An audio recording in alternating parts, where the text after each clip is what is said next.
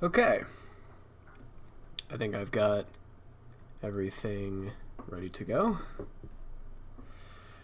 Welcome to SHADOWBOX Beta Update 1.15.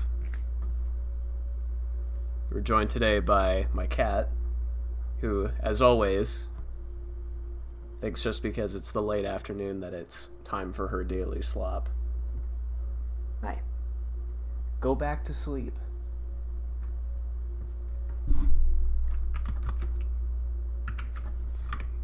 Here we go.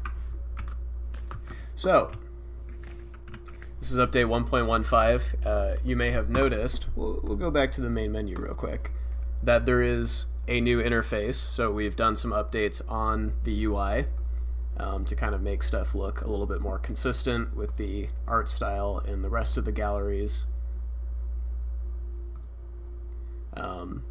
What you see here, obviously, is still under development. For example, we got some feedback that we need a mouse sensitivity thing, so that's already been coded, and that will be part of the next update. And we're going to work on doing things like inverting controls and stuff like that. We got some feedback on those being options that people want, which is amazing. So again, if you are interested in just letting me know the different ways that you want to be interacting with this project, any way that we can help make that happen is something that I'm looking to do. You may have also noticed that on the loading screen there's fun facts. So part of this update I went and wrote up just over 200 different fun facts to go as part of the loading screen. So now if you're stuck loading something for a decent period of time, which fortunately on this PC doesn't seem to be the case for most exhibits, but I know if you're on different computers have different settings, and so if you are getting long enough load screens that you wish there was something to read, hey, now you've got 200 fun facts to go through. And I'll be continuing to kind of add to that over time.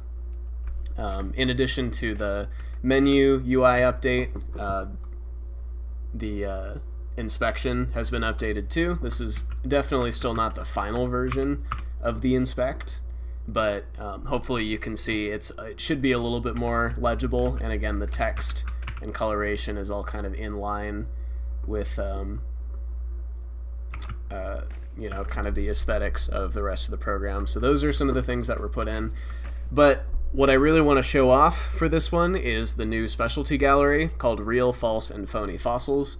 So if you want to play it, we'll just show this one more time. So you spawn right here, and if you want to see the new exhibit, you can walk forward, take a right by the teeth, and the teleporter is right in here. New specialty gallery open. Real, false, and phony fossils. Can you tell them apart?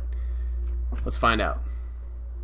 And by the way, we are aware that unfortunately the UI scaling on the fun facts can definitely get screwed up depending on what resolution you're looking at. So that is a known bug that sometimes they will kind of go off screen if you're at a lower resolution. So sorry about that. That will be fixed in an upcoming update. So this room, and it's not too large, but I think there's a lot of information in here. The stuff that I really think people are going to be interested in seeing is telling the difference between a real fossil, a natural object that looks like a fossil but isn't, and then phony stuff that might be pretending to be a fossil or even incorporate fossils, but is essentially a man-made object trying to fool you into thinking it's an authentic fossil. So let's look at each of these independently. This is a chunk of the real fossil. This is a piece of bone that was collected as part of Menifee Expedition 2024. So this is between 78.5 and 84 million years old. And because it broke in just this right location, you can see the inside sort of spongy texture for what is on the inside of actual fossil bone.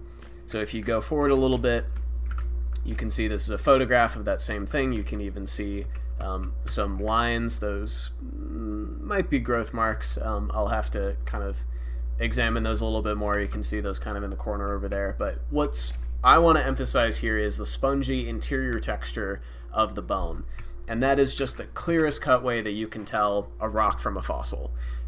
If you can see a broken inside, if it's broken in a section and you can see the interior texture and it's got this kind of spongy inside, pretty good chance you've got a bone. So this is the same thing over here. Again, in SHADOWBOX, you can run and jump on the exhibits as much as you want. You cannot hurt them. This is the bigger piece of bone that this smaller chunk was eventually glued into. You're not going to be able to see my mouse, but it's, I believe, this piece that is currently on the left side of the screen was glued into this larger object, this larger piece of reptile bone. Again, 84 million years old, which is really cool. So those are all things that were collected just back in October, actually. So one of the really cool things about SHADOWBOX is being able to give as quick updates of what we're discovering in the field as I think has ever been possible. You know, if I had a physical space to be showing this stuff, I could put things in a glass for you to look at. And of course there's social media, but I believe that this is the fastest way to show, new material in as high definition to a wide array of audiences. Again, as of earlier in February, and of course it's now March. So this is the February update that came out last Wednesday. We're just doing the live stream now in early March. There should definitely be, I shouldn't promise stuff, there will almost certainly be another update later in March. But yeah, essentially this is kind of my way of showing new stuff that's coming from the field. And oh yeah, so as of early February, we have downloaders, people who are playing SHADOWBOX on every continent in the world except Antarctica. So people as far and as wide as Morocco and Thailand, we have a lot of players in Russia and Brazil, are all given, as long as you've got a PC and an internet connection long enough to download the game. Right now it's only, I think, over 5 gigabytes. You get to see this, So it doesn't matter where you live, to a certain extent. Anyway, this is just another summary. This is a fossil reptile from the Menifee Formation. It's between 84 and 78.5. And before I glued this piece back onto the larger portion that it belongs to, I made sure to take a photograph of what it looks like on the inside. And because there is that vascular structure on the inside of fossils, if you stick a real bone to your tongue, as I'm doing in this photograph, regrettably. This is actually a still frame from a video where I kind of demonstrated how this stuff works. It's kind of a rite of passage. Every paleontologist has to do this at some point to demonstrate it. I want to be clear that the tongue test is not necessary. There are many much easier ways to tell a real bone from a rock, but this is a demonstration that you can, in fact, stick it to your tongue, and the moisture that's in your tongue will be sucked into those open capillaries, that spongy texture on the inside of the bone. My cat is climbing all over me, and it will stick. So that's a demo of that. You can look up, this is the title of the video on YouTube, How Do You Tell Fossils and Rocks Apart? This was a video uploaded in May of 2022 from the Menifee expedition, so it's a few years old now, but you can go look that up right now. So here's real fossil. Let's look at something that's phony. So this is a piece actually that my dad found many years ago, and basically every collector at some point comes across a concretion that looks a lot like a dinosaur egg, and you just have to kind of get it out of your system where you're like, oh, is this a real egg? Did I find an egg? And so we kept it for all these years, and this is definitely no shade to him, but I thought this was a great piece to kind of demonstrate what a very common phenomenon, which is thinking you find a dinosaur egg, and how you can actually tell the difference between an authentic and a fake one. So this is the 3D scan of the object. I've got photographs here in high detail showing that exterior surface and what it looks like in cross-section. And so first, you can discount the fact that this is a dinosaur fossil because it's simply too old. This was it's a Paleozoic rock that was found near Tombstone, Arizona. So the concretions here, which are a natural kind of spherical mineral deposit, they formed between 315.2 and 273.01 million years ago. That's depending on, I went and looked at maps for how old those rocks would have been. So that's a Paleozoic deposit. That's tens of millions of years older than the oldest known dinosaur fossils. So they're not dinosaur eggs. You can tell that they're not eggs of anything because when you're looking at it in cross-section, you can see that the shell, the alleged shell that we're looking at here, is far too thick for an egg this size.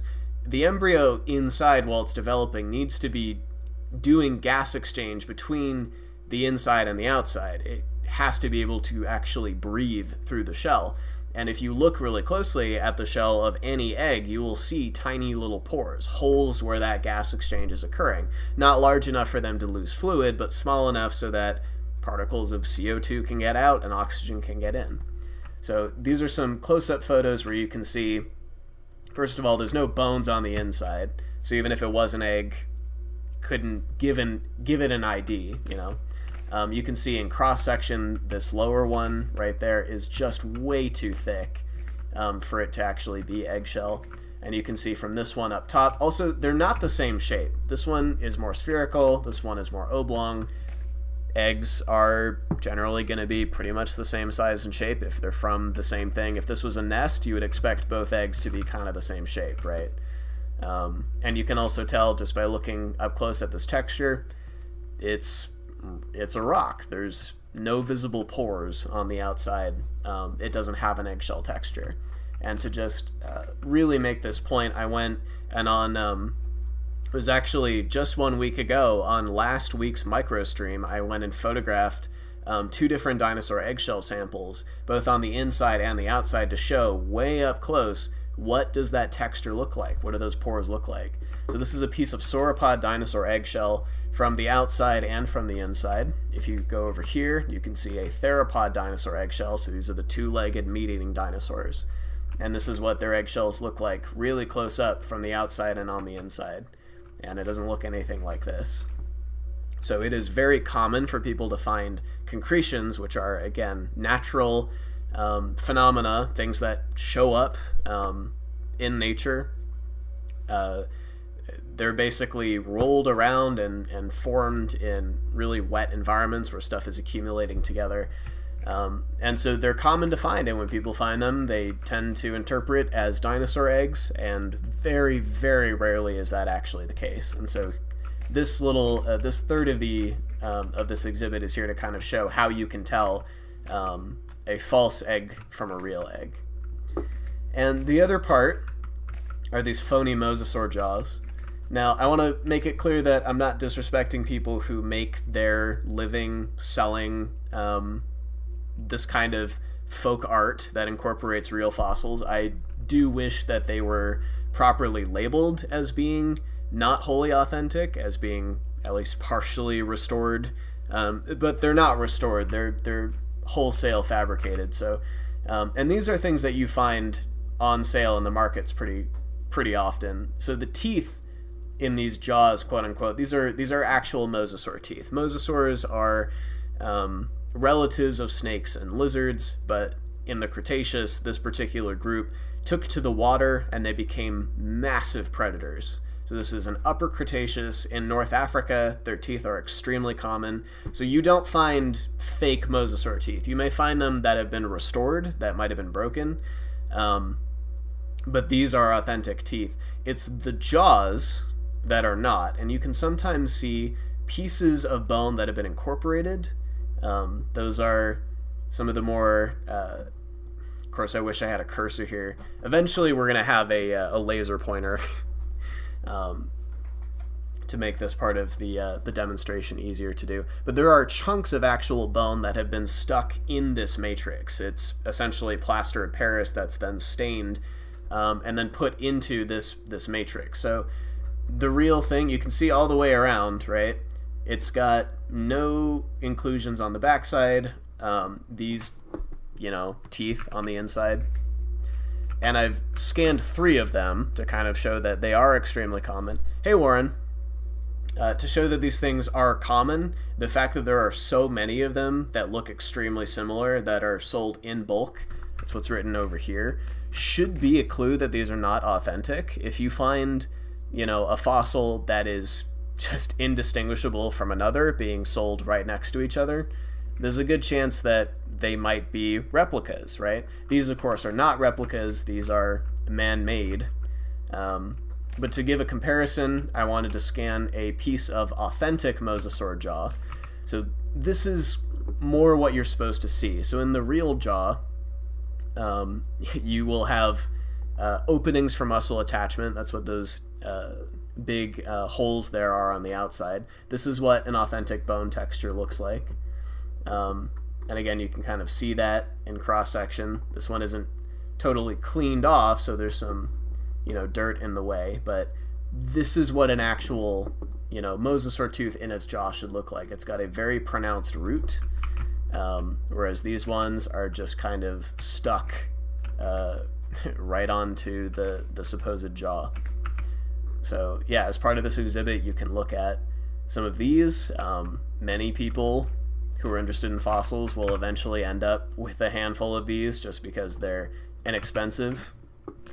And again, this is part of a way that people make money when they have a large reserve of fossil resources, is creating stuff like this. But I think it should be made pretty clear that that's not what real mosasaur jaws look like, and they should not be sold as such. They should be recognized as being folk art pieces, and not meant to be taken as real. So one more time, these jaws are an extremely common product of the commercial fossil trade. The teeth are real, but the jaws are sculpted. And again, real mosasaur teeth, which I have a photo of right here, are so abundant in the phosphate beds of Morocco that they are not worth the effort to fake. There's no reason to. It's way cheaper just to collect the real ones. So that concludes the phony area. So that is all three. I conceived of this exhibit as just being a way to put the real stuff and the not real stuff right next to each other. I think it makes it a lot easier to kind of tell the difference when you've got the real bone and then the not real bone. One of the most important skills that every paleontologist needs is the ability to tell authentic fossil. And the real way to get experience doing that is to have actual hands-on experience with real fossils.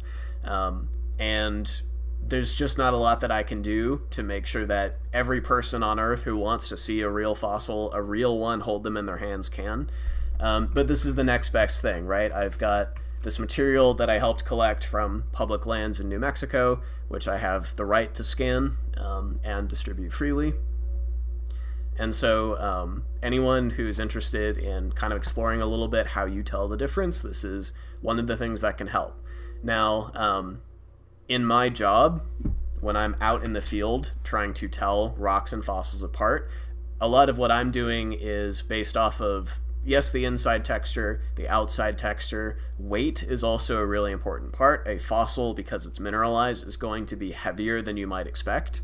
If you have modern bone and fossil next to each other, they're very easy to tell apart because one will be significantly heavier for its size.